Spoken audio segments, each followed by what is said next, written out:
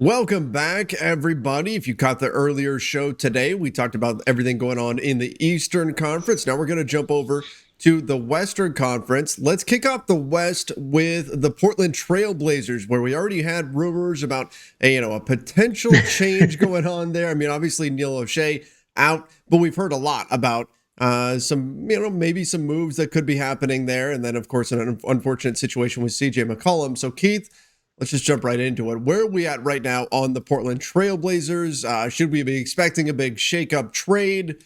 What's in store for them?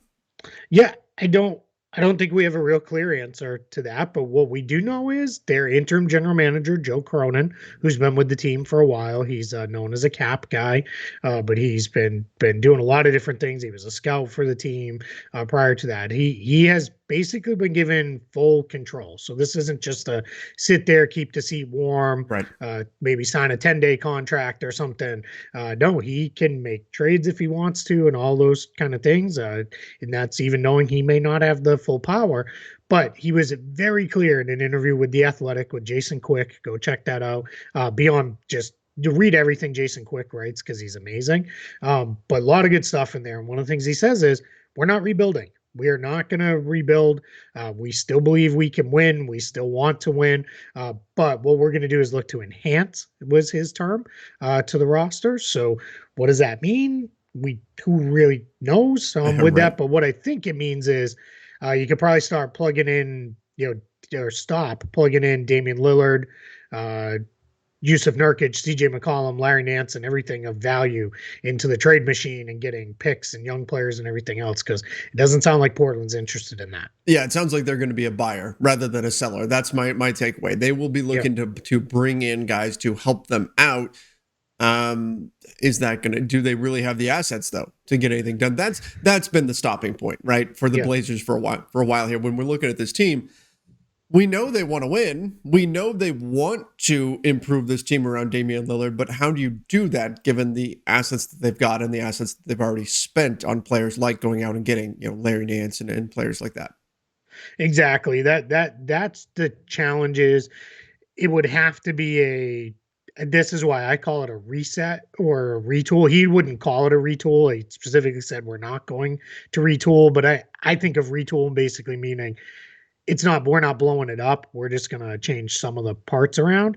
And what is tough for them though is, you said it, they're not exactly flush with young talent. I like Anthony Simons. I like Nasir Little, but one, they don't carry big enough salaries to get you much as their salary match. They're more of an additional piece to a trade. I guess if you wanted to move Nurkic, you could put one of those guys in. That pluses up your salary, pluses up the value of your package, and go get something there. But yeah, I think their bigger challenge is Damian Lillard's out for probably at least a few more days. He was going to be reevaluated. I think it's going to be this weekend is when we're going to hear a little bit of news on him.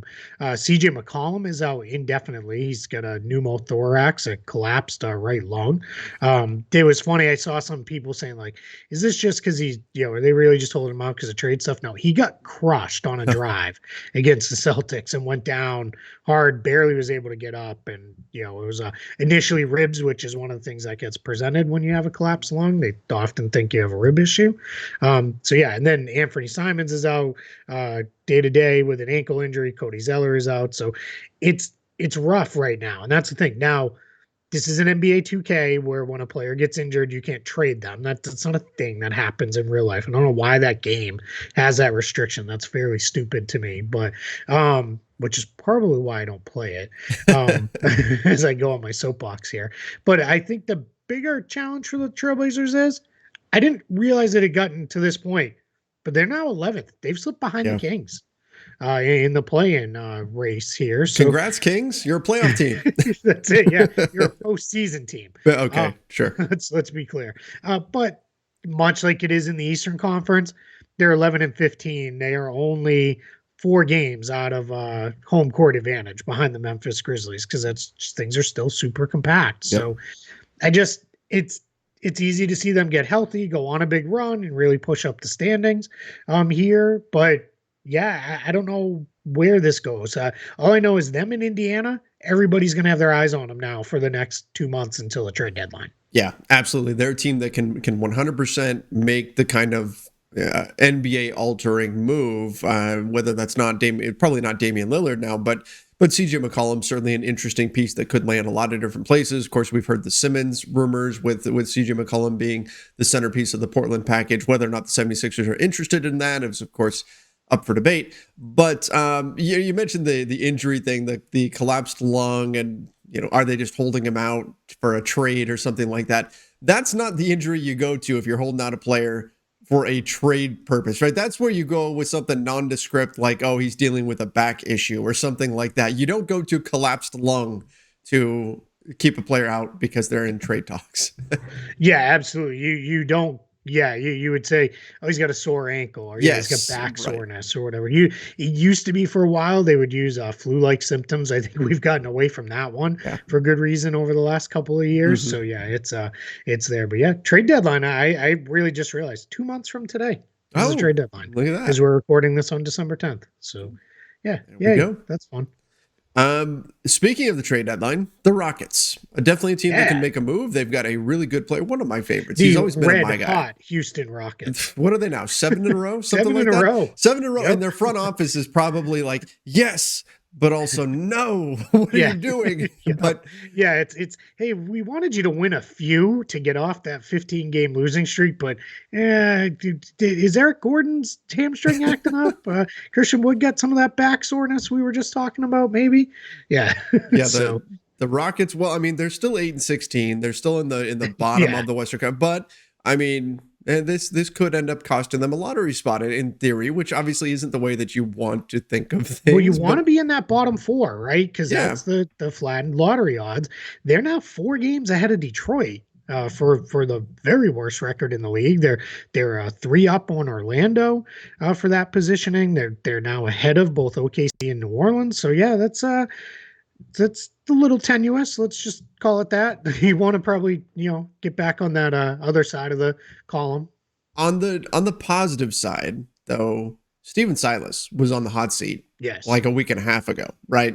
2 weeks ago. And so now, obviously, the team, I would like to think that some of this is the young players going, we're rallying around our coach. Let's really compete here and let's do everything. Like Major League. Yeah, there you go. It's like Major League. It's God. What was the owner's name in that? I can't remember her name, but I can't think of it. Is. Yeah, I hope they don't have pictures of Tillman Fertitta in a bikini in the locker room where they're pulling pieces off every time they win a game. We just lost like half of our viewers on it. And I don't blame them.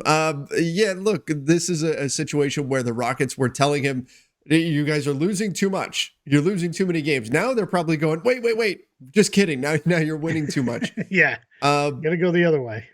But that brings us to the big point. Christian Wood, very much on the market and a guy that they could trade.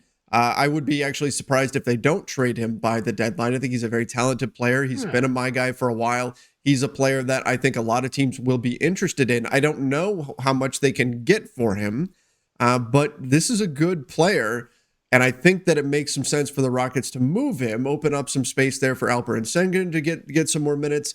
And I think they can get a decent amount here for Christian Wood. So would not be surprised if he is a guy that is on the move before the trade deadline. Mark it down, December 10th. We rarely disagree. I don't think he gets traded. Okay. I think he's going to stay right there. So the report, Tim McMahon was on the low post. This is where this came out of. He said that it was the Rockets are not making calls on Christian Wood, but they are taking them. They're happy to listen to trade proposals. And there is a very real difference there. They're not shopping them. They're not even telling teams like, hey, this guy's available. I mean, other guys on the roster, Eric Gordon, of course, John Wall, like everybody knows, Houston is more than happy to trade those guys. It just sounds like it's more if a team calls and says, hey, what do you think about Christian Wood? It's not a see you later, hang up the phone and, block the number kind of thing. It's more of a, well, what do you got? Let's talk about it. So I think it is something to keep an eye on, but I think for them, because Tim McMahon also said this, and I agree with him, Wood's only 26. So he's young enough to be the future, too. Exactly. Yeah. And he's a big man. Big men usually are pretty good into their early 30s. So by the time he's he is kind of hitting his prime. Your hope is Jalen Green, Kevin Porter, Alperen Schengen. Those guys have taken a step forward enough. Now, I do agree with you. I'd like to see Alperen Schengen get more playing time. I'd like to see that be a thing for him to get more minutes there. I don't know that that's going to work because they don't seem to want to play him and Wood together all that much.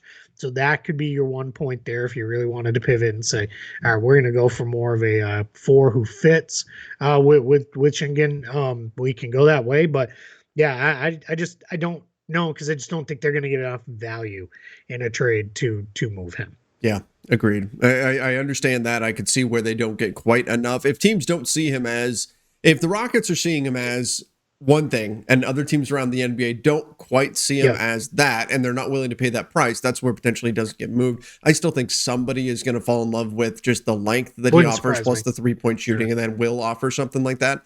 But we'll see. We'll see where it goes. And at $13.6 million, very easily movable contract. Great contract. So that's anybody can trade for that without much concern. 100%. The Golden State Warriors. Surprisingly, word comes out that they're not open to trading Wiseman. Now, of course, all it takes is one phone call to change that way of thinking. But interesting that he is a piece that they're planning on hanging on to when he was involved in so many trade rumors, particularly during the summer, heading into the draft. There was a lot of talk about them packaging Wiseman with the picks that they had, which were 7 and 14 at the time. Now it's sounding more like Wiseman is a guy that the Warriors would like to keep. And look, the talent is there. They picked him number 2 overall for a reason. Hasn't really lived up to that just yet, particularly when you look at what the 3rd pick has done with LaMelo Ball. But still, I mean, interesting that this is coming out now when for a while he's been presumed to be a guy the Lakers or the Warriors would indeed move. Man, I see where your brain is today. It's my brain is fried at this point after last night's Lakers Memphis game. I've dealt with so many very angry, let's put it that way, Lakers fans last night. Let's table that for just a minute. We'll get into that one here in a second. The Wiseman news. Tim Kawakami of The Athletic shared this. He's been very close to that organization for a long time. They talked to Wiseman. He did an interview just the other day. The team has also said he's not going to be back until after the first of the year. At some point, they're being very cautious with his return. So it sounds like Klay Thompson probably a week or 2 away. Wiseman probably closer to 3 to 4 weeks, maybe even longer. But yeah, Tim laid out a whole bunch of reasons why they're not going to trade him. One is they believe he's going to be a star. They believe in his talent. They think they got this guy who is a 7-footer who can play inside, outside, can be a disruptive defensive force. They really feel good about that. There's also financial considerations. He's on a rookie scale deal for a team that's pays a ton of money in luxury tax. You want to keep that bill down a little bit. That's a good way to do it. So, but as you said, if it is player who can vault them full on into being the title favorites comes available and Wiseman's at matching salary, I don't think the Warriors are going to necessarily balk there. Right. Problem is, who's that guy? I don't think that player is necessarily out there right now. Yeah, agreed. I don't know that that's going to change between now and the trade deadline. You never know with the NBA. Sometimes things can move quickly. But yeah, if that home run piece isn't out there, then the Warriors would probably just prefer to keep him. Yep. You mentioned Klay being back in a week or two, and that instantly got me thinking we could have a Klay Thompson Christmas, and they're taking on the Phoenix Suns. As though we don't already have enough to look forward to just because it's Christmas, but to add that in, gosh, I can't wait. That's going to be fun. Yeah, the Christmas Day slate, I mean, let's just get into it real quick here, is Hawks-Knicks open it up at noon. Not bad, right? Trae Young, that crowd loves him, so that'll be fun. That's going to be a blast. Not exactly the Christmas spirit, but then we got Celtics-Bucks. Let's see what the Celtics are in a couple weeks by the time we get there. This road trip has done a number on them right now. But then Warriors-Suns, the middle of the day game. Lakers-Nets, still, get it. Lakers are down, but still plenty of star power in that one. And then that night one, if you can make it all the way there, Luka against the Jazz. So this is a really good Christmas slate full of, what should be really interesting games. So what I missed? I missed the Christmas jerseys. Yeah. I kind of liked them. Some of them. I liked when they got a little too ugly Christmas sweater looking, I get a Sure. little out on that. But yeah, the special Christmas jerseys, yeah, those were fun. Yeah. I mean, but God, these teams already have like 19 different And jerseys now. that's why. That's why personally I would get rid of some of the alternates that they've got, one of them or something like that, and then just rock the Christmas jersey Most. one day. Yeah. Because some of them are getting pretty ridiculous. But I'm not a fan of Mhm. the Lakers alternate jersey at this point. But Yeah, yeah. you and me, that's me with most of what they've come up with for the Celtics alternates. But Yeah. how nice was it? We didn't talk about it because we were both a little under the weather after. But the Celtics Lakers game the other night, one thing I will say that was really nice about it was Celtics in their traditional road greens, Lakers in Yes. their home yellow. It's exactly what it should be. Yep. Like that's I'm all it should so be when they're in LA. That's what it should be, and when they're in Boston, it should be Boston in their whites, and Lakers in Lakers purple. in their purple. Yes. Off we go. Like I it's yeah. why did we change this? It just looks wrong still. And I feel like old man yelling at a cloud, right? But why did we change this from anything other than you have a home jersey, you have an away jersey, Yeah. mix in an alternate every now and then, and call it good? Why are we doing this thing where you can get whatever? Like, with the one that's really driven me nuts, and this is just because obviously I cover the Lakers, but Lakers wearing yellow in Golden State, wearing Yeah. it just looks wrong. And you see those kind of matchups all the time around the NBA. The other one that was an eyesore is when you see, what was it? It was like Phoenix in orange, or maybe it was OKC in orange playing Houston in red. That looked Yeah. bad. There's And they just had some change weird, at halftime. Yeah. yes, weird Yeah, and I think combinations. there was when the Lakers had the light blue, like the throwback Yeah. Minneapolis ones. I think they played. I want to say maybe I'm imagining this, but I thought they played the Clippers in a game where they were wearing the light blues, and it just was like that's not like Yeah. that's the Clippers color now, not yours. The number one of those that drives me absolutely crazy is there was a period where I want to say it was like 3 out of 4 years the Celtics played at Chicago on St. Patrick's Day, and the Bulls wore green. Like you Oh, don't yeah, win that would be frustrating. color. Like that's one of my. So I've a couple long held beliefs with the schedule. I think one thing they've gotten right is I think the defending champion should open at home every year. That should be fine. I would even take that too. I'd be fine if there was only one game that night instead of the doubleheader, but that's a whole other thing. I believe the Celtics should always play at home on St. Patrick's Day. It just makes sense. And then my third one is I think on Martin Luther King Day, every year the Hawks and the Grizzlies should play. And just alternated Yes. between the two sites, two cities very tied with Martin That's a Luther good King call. Jr. Alternated, just make it a game that the Hawks and Grizzlies are going to play, alternated between the two cities every year and go. Mhm. So those are my long held beliefs. And along with just in general, there should always be one game that starts no later than 3 in the afternoon on Saturday and Sunday, Sunday post NFL Yes. season, just because you don't need to be going against the NFL necessarily, but there should always be. They've done better with that. But there should just always be some earlier games on the weekends. And not just for us here in the United States, but for international Correct. fans to get to see games at a more reasonable time to help grow the game. Yeah, this is not even on our schedule for today of things to talk about, but these are all great ideas here. Come on, NBA, implement these and listen All grew to out us. of talking about jerseys, and I will. We did not have a friendly wager on the game like we did That's the right, we first didn't. time they played, but I will pay it off sometime soon. I will rock some Lakers coloring. I have an idea of how I can somewhat pull off a purple and yellow outfit, so I'll do that soon for everybody here to pay it back after Trevor wore green. After the Celtics won in Boston.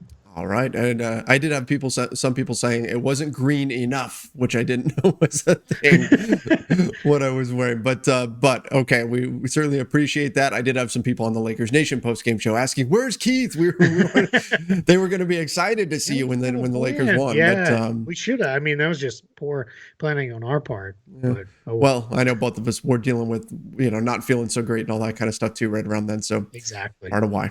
All right. So Anthony Edwards, let's talk a little bit about that before we do jump to the Lakers. I love Anthony Edwards, man. This is kind of funny. I mean, this is like, obviously Rudy Gobert is one of the best rim protectors in the NBA. No, Rudy Gobert is the best rim protector He's in a the force. NBA. Well, I mean, I'm just looking at, okay, in terms of blocks per game, you've got Sure. guys who are ahead of him. But yes, he's ridiculous. Yeah. And then Anthony Edwards is like, nah, Kristaps Porzingis is better. And just Of all taking players shots he went to. but I love it. Like, we need more of this in the NBA. Let's forget about being friends and let's start, taking a few shots at some of the other teams. So I like it, and especially from a young player like Anthony Edwards, who is on the rise. And I mean, that's a big challenge for him, right, to make these kind of comments about Rudy Gobert. So I'm interested now, even more so, to see the next time these guys play. Well, I think what's really funny too is he said this in a game where the Jazz beat them by like 30 points. So I think he was a little, maybe he's a little bitter, a little angry or something. Could be, but yeah, his exact quote was, "He don't put no fear in my heart," which I just think is great. I love Anthony Edwards. I am never going to be against a player when they speak their mind about somebody and say, hey, I'm, here I am. So 100%. I'm all in on this when they play again next time. Well, let's see. But it does ring a little hollow after you just got your, butts whipped up and down the court. But his other comment, though, I don't know if you caught the other part of it. No. He talked about Karl-Anthony Towns a little bit, and he was pretty open about his feelings. Basically expressed love for Karl-Anthony Towns, but said, "Stop holding the ball and waiting for double teams to come. Go quick, attack when you get it. You're better than every other center in the league. Go get it. Basically show it." Is that Karl-Anthony Towns or Anthony Davis? Yeah, right. But yeah, he said it about Kentucky big men. There it is. Mix and match. But yeah, I did think that was very very interesting that he's kind of, there's the second year guy and he's challenging the franchise guy a little bit and saying, hey, come on, man, like we need you at your best if we're going to be good.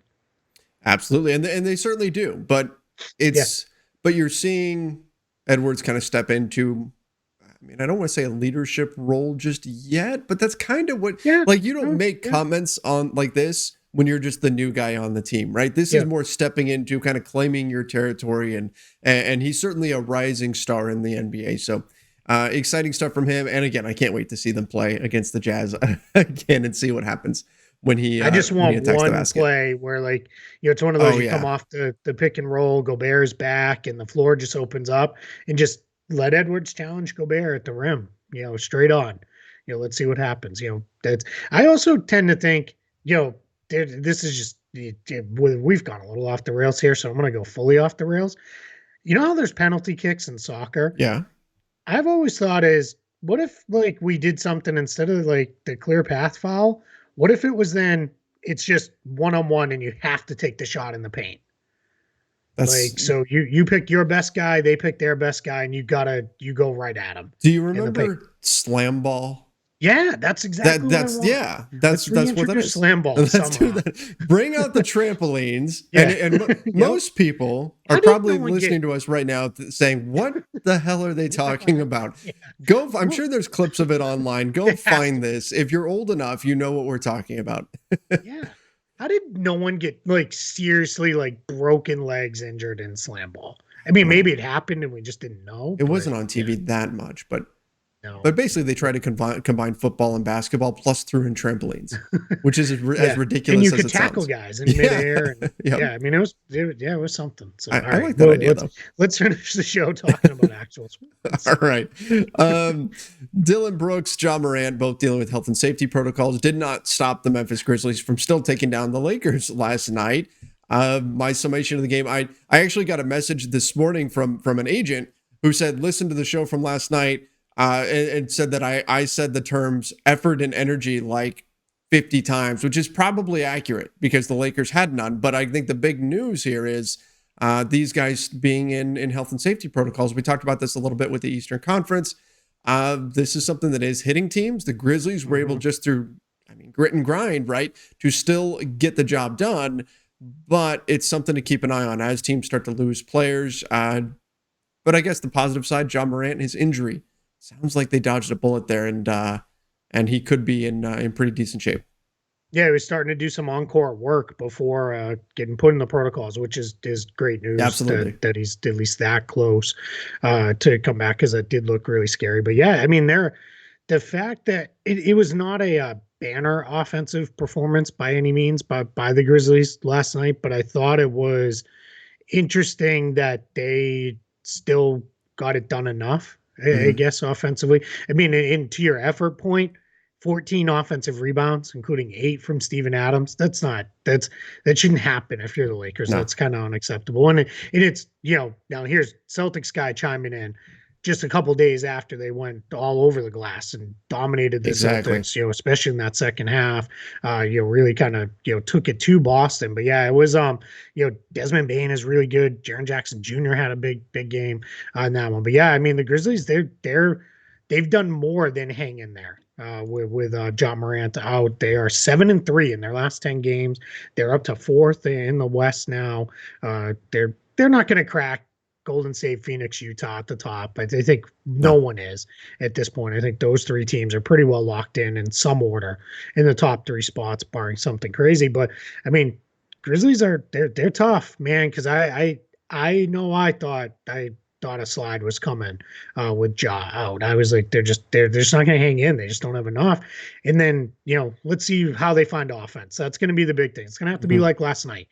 Just get a few of the shooters the shots, and then really work the glass. Try to get easy stuff inside as much as you can, because that's got to be what they have to do, because they just don't have the creation without Morant and Brooks. Well, and the Lakers just, I mean, didn't arrive in Memphis. They never showed No. up. And so they, 22 turnovers on the night, that created Memphis's offense for them for the Yeah. most part, because they could just get in transition and then go from there. I think I want to say Bad that. turnovers too. Oh, Like not like just a not lot of trying. live ball turnovers, Yeah. and yeah, Just yeah, not locked yeah. in at all, which of course was a gut punch to Lakers fans who felt like, okay, they maybe this time, it's been like 5 times this season we've said, okay, maybe they finally Celtics clicked too. and realized, yeah, and the Celtics have been dealing with the same thing. Yep. Maybe this is the point where they finally realize the energy they have to play with on a night-to-night basis, and then got slammed by that. So there were a lot of upset Lakers fans, and rightfully so, but credit to the Grizzlies. The Grizzlies were a lot of fun to watch. They were flying all over the place, really competing. That's going to help get them by without Ja. And then hopefully when Ja Hmm. comes back, they will be able to continue that, because frankly, I don't think they played with quite this much energy on the defensive end when Ja was there. I feel like the entire team has had to pick it up. But if Sure. Ja comes back and they're able to sustain even like 80% of this intensity level that we saw last night, this team's going to be really, really good. Hmm.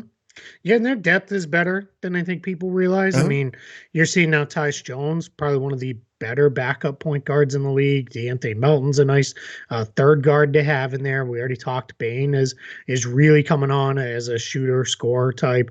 Can really defend too. He's we really got that good, strong base, so he can take on a lot of the bigger wings. I thought he did a good job against LeBron Yeah. on several plays, at least making him work for stuff. And then when you get in when they're healthy, got guys like Kyle Anderson, Brandon Clark off the bench. Yep. It's a team that's got pretty solid depth. Future is really bright in Memphis, because it's pretty clean cap sheet. They don't have a lot of bad money sitting on there or anything. And if this is what you can get out of Steven Adams, you'll take it. This is a bunch of rebounds. He's he's setting screens like he was a brick wall Mm-hmm. out there on guys. So yeah, it's you'll live with this kind of output for him, despite the fact that he's probably the only questionable contract on their team. Yeah. Yeah. Absolutely. All right. I think that about wraps things up for today. Obviously, we had a lot to get through. If you have not done so yet, please make sure you do subscribe to the NBA Front Office YouTube channel. If you're listening to us on the podcast version, make sure you do follow us over on Spotify, on Apple Podcasts, wherever it is that you listen to podcasts. Till next time, everybody, stay safe and see you.